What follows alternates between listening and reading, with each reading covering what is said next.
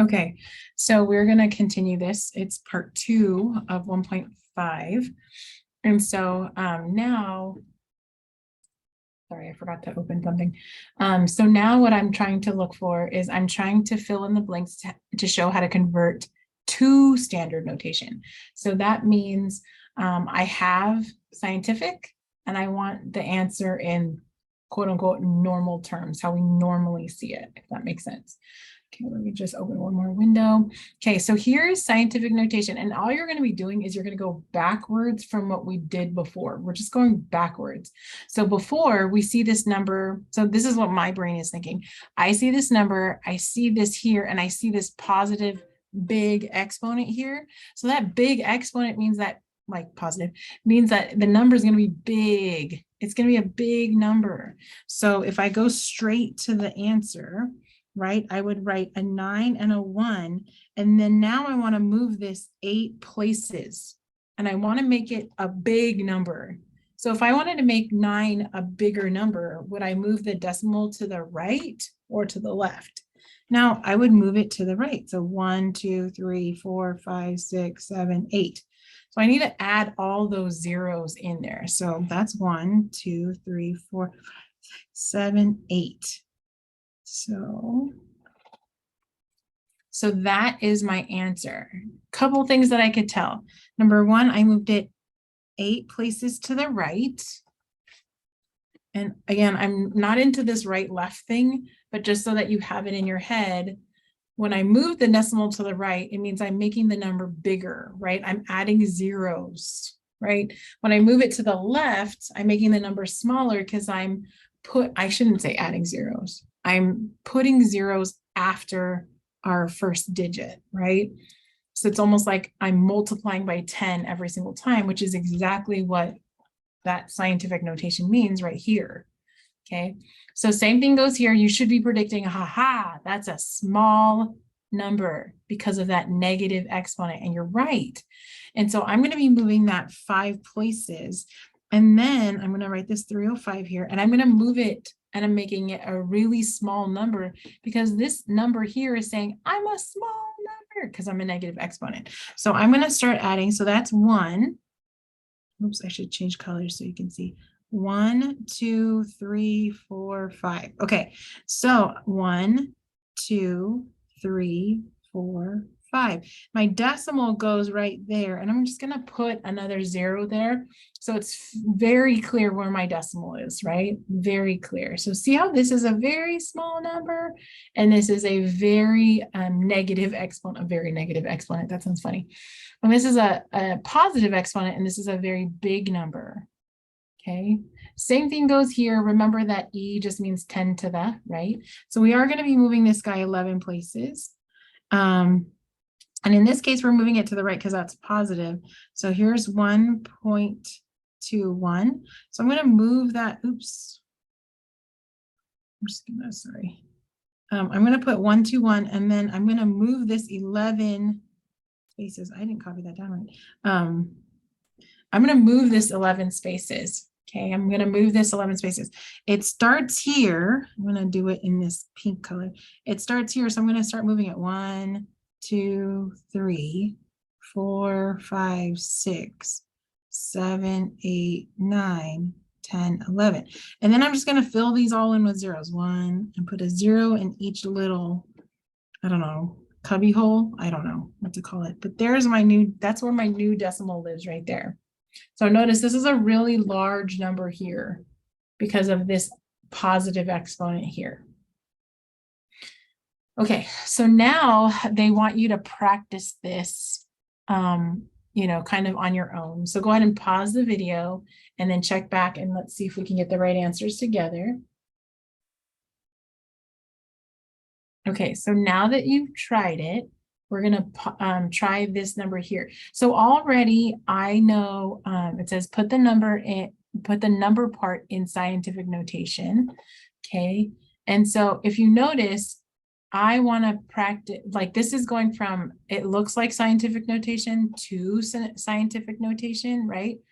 In reality, this is not correct scientific notation because notice this number is not between 1 and 10. So here I go. I'm gonna first to put the number in like smaller than 10, bigger than 1, right? So that right there goes to 3.75. And it's almost like I want you to pretend that I'm ignoring this part here, and I'm gonna just copy that right here. So times 10 to the 5th, okay? So here, because my decimal is now here, notice I moved it 3 spots. So this is gonna be times 10 to the 3rd. Now I know it's to the 3rd. Oops, this needs to catch up.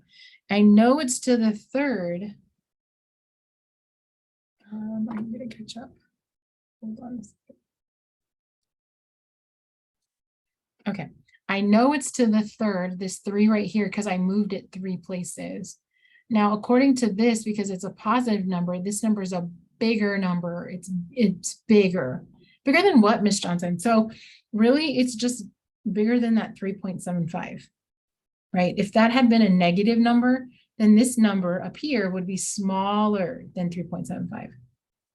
Okay, then it says group the powers. So that means you're going to use the associative property and you're going to put the tens in parentheses. So Ms. Johnson, you want me to copy that 3.75? Uh-huh. And then you want me to put in parentheses those other two? Uh-huh. Exactly. So 10 to the 3rd and then times 10 to the 5th. Okay, so here's what I want you to think. I have 10 to the 3rd, which means 10 times 10 times 10. And I have 10 to the 5th, right? So this is back over here. So 10 to the 3rd means 10 times 10 times 10. And 10 to the 5th means 10 times 10 times 10 times 10 times 10. And if you look at all of them together, how many 10s do I have all together? I have 10 to the 8th. I have 8 of them. So this means 10 to the 8th. And can you see the pattern that we have from here to here? That's the pattern that we're looking for. So that's going to be 10 to the 8th. And that's 3.75 times 10 to the 8th. Okay. Now you try this one. Oh, wait, you already tried it. Sorry. So then you're going to do the same thing here, right? So I'm going to move this decimal 1 to 3 times. So that's 9.625. And then I'm going to copy, this is going to be times 10 to the something. I don't know what it is. And then I'm just going to copy this out here, times 10 squared, right? And because I moved this 3 times, this is going to be the number 3 right here. But now if you notice, this number is small. So that 3 has to be a negative. Biggest mistakes my students will do, they'll count it correctly. It's 3 spaces, Miss Johnson, except they won't put that negative where it's supposed to be. So that negative actually means that this number is smaller. So that's correct. So walking through the rest of this, this is going to be 9.625. And then it's going to be times, right? 10 to the negative 3rd times 10 squared. And if you look, what you need to pretend is when we're combining and grouping these powers, you can think of these two. If you look at the pattern here, over here, it was 3 plus 5 equals 8, right? So the same thing is going to go here, and we're going to write that out here. So this, I want you to think about this 10 to the negative 3rd. If you think about what we're actually doing, we're dividing it by 10. Dividing it by 10, dividing it by 10, dividing it by 10. So here we have 3 divide by 10s and 2 multiply by 10s. So we are left with 1 divide by 10. So our answer is 9.625 times 10 to the negative 1st. Okay, and you can kind of see the pattern there. You can kind of see the negative 3 to the 2 gives me that negative 1. Okay. So let's see. Okay, so I'm going to have you practice this by yourself. You can ask me for help if you need to. Let's see. No, actually, I don't want you to practice this one by yourself. So for this one here, you're actually going to be multiplying and dividing. So the way it works is the same thing that we were kind of doing up here. right? So the very first thing is you're going to multiply the factors, and then you're going to multiply the bases of 10. Okay, you're going to multiply the parts. So 1.7 times 4.0. So you're going to multiply parts, and then you're going to multiply the factors. Here, you should remember this 10. This is going to be 10 to the 6th, right? Because we just imagined all those 10s lining up. And then 1.7 times 4 on my calculator is 6.8. And so that's my answer. It's 6.8 times 10 to the 6th. Now, every now and then you're going to have to rearrange and make sure that this number is less than 10, bigger than 1. But for the most part, that's how you do it. And then you would do the same thing here. Okay. So let's show you that. So again, you're just going to be dividing out the factors. So here you're going to divide 6.4 divided by 2.0, right? So 6.4 divided by 2.0 is just 3.2. And 10 to the negative second. So this again means divide by 10 twice, right? Divide by 10, divide by 10. And this right here says divide by 3 times. So in reality, we're going to be dividing by 10 5 times.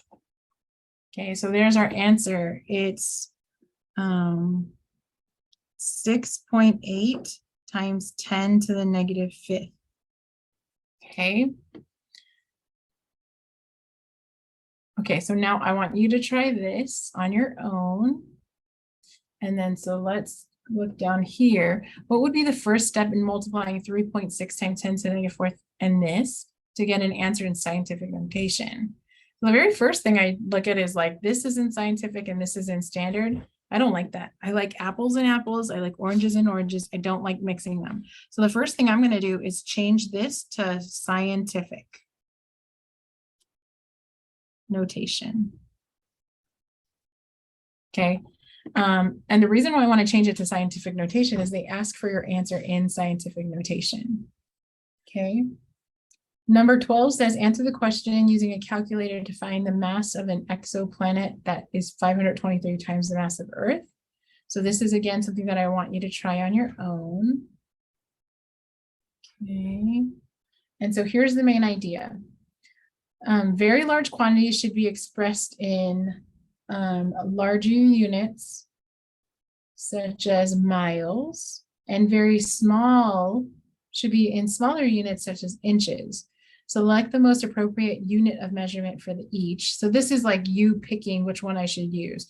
Should I use the circumferences? Should I use inches? Should I use feet? Should I use miles? You should be using miles, right? Same thing goes here. So answer the equations to help you solve the problem about the cow jumping over the moon. It says the distance to the moon is 770 million meters. Right in scientific notation, you can do that. Perfect. Okay, so that is that. Let me know if you have any questions. Have a great day. Bye.